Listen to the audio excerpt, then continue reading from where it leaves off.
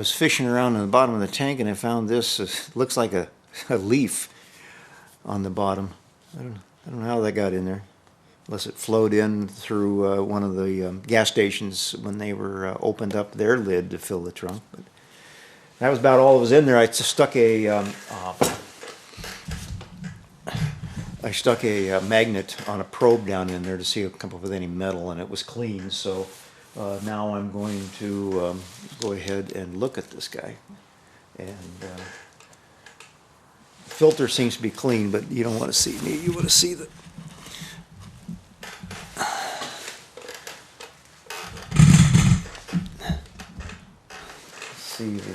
pump, and the filter looks clean, and I gotta quit flopping this thing around.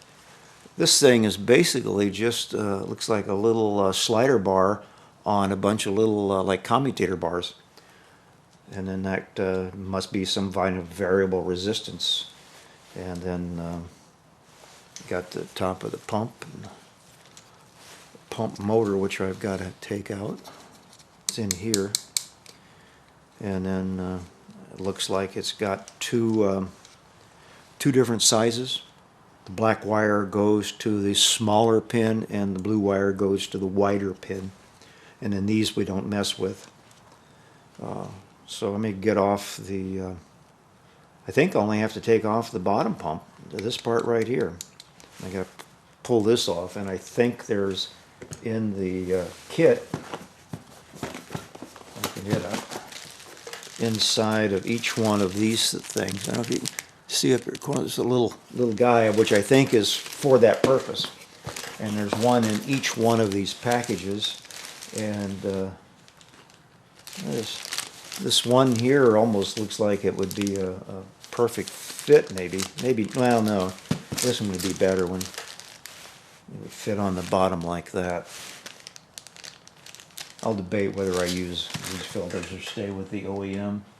It seems to be pretty clean. The tank didn't have a whole lot of stuff in it, so let me look at this for a bit and then we'll come back. I don't want to bust anything.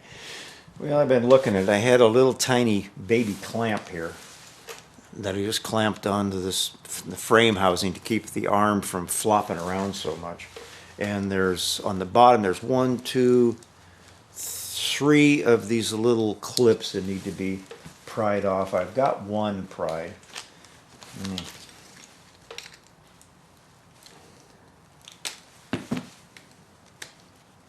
Let me get a smaller tip screwdriver.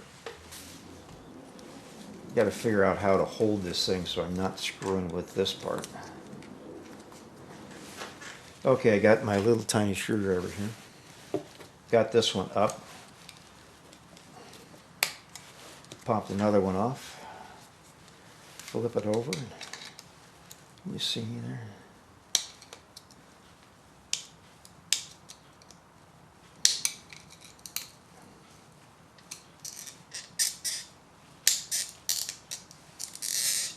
Okay.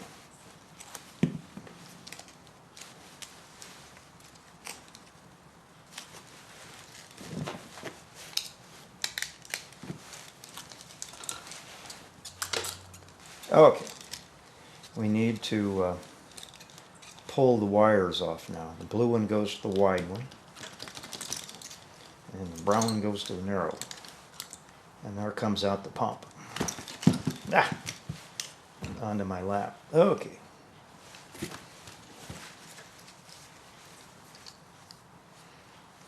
And I think, okay, all we got to do now is pop off the little clip here.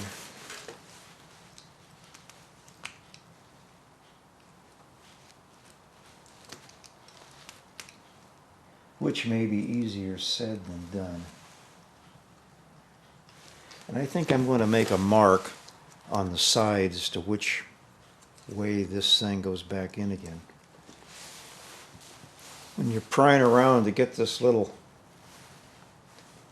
black thing off, keep your thumb over it so then it won't go flying across the room. So now we got that off, so I'm assuming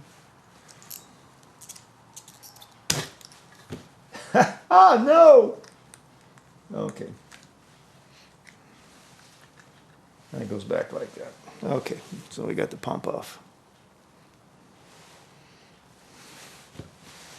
And don't forget to take off the O-ring up here too.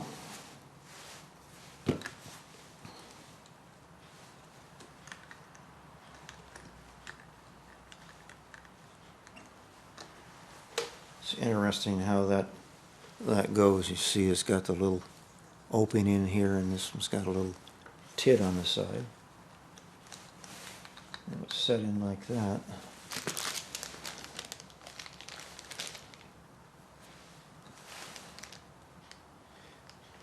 This one I don't think would work because I don't think it's going to set down into the tank. You'd have to use one of the hoses that comes with it to set it down to the bottom. So I'm going to stay OEM.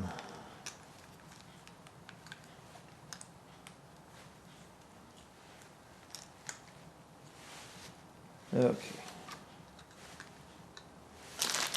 Let's pull out our little pump here. Weigh about the same. This one says, actually it says made in China on it. This one from the dealer is made in the Czech Republic.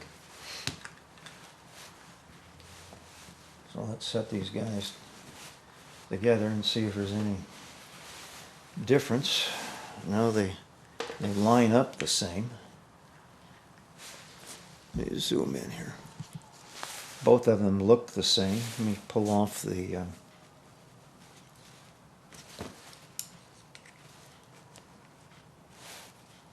cap here, dust cap. Yep. Both of them have the little swirly chambers on them.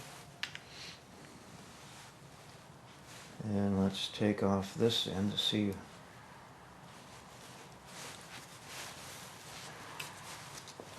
Oh, now this one has a hosey thing on the end.